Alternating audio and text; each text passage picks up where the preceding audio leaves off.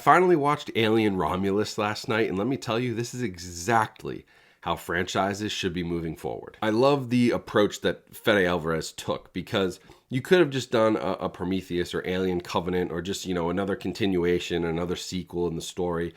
But instead, he found this really small, unique story to tell within this larger universe. It reminded me a lot of the way that Rogue One worked within the Star Wars universe, where we have this established story, and then you take a smaller portion of that story and you develop this really great 2-hour project that is an intimate, character-driven film that ties into all of these events, and you get the key characters and all the great moments, but it's just intimate and unique and just condensed, and it doesn't have to do too much. And Rogue One is my favorite Star Wars movie of the Disney Star Wars era because of that. And even though we already know how things are going to end, we know what happened in Alien, we know what happens in Star Wars, we knew the fate of some of these characters, or we had a pretty good idea of their fate.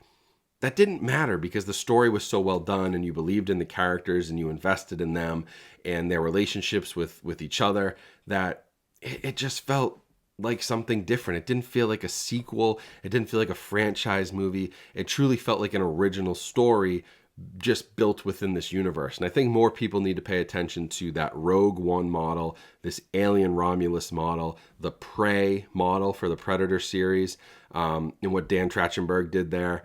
That is the model for how I want to see franchises and IPs handled in the future. And I give huge props to Fede Alvarez. The practical effects, the way this was shot, the music, the characters, the story, everything about Alien Romulus was really, really good. And I'd probably rank it right behind Alien and Aliens in terms of films from this franchise. So if you haven't seen it yet, go check it out. But I really hope more people and more filmmakers pay attention. This is how you do an IP.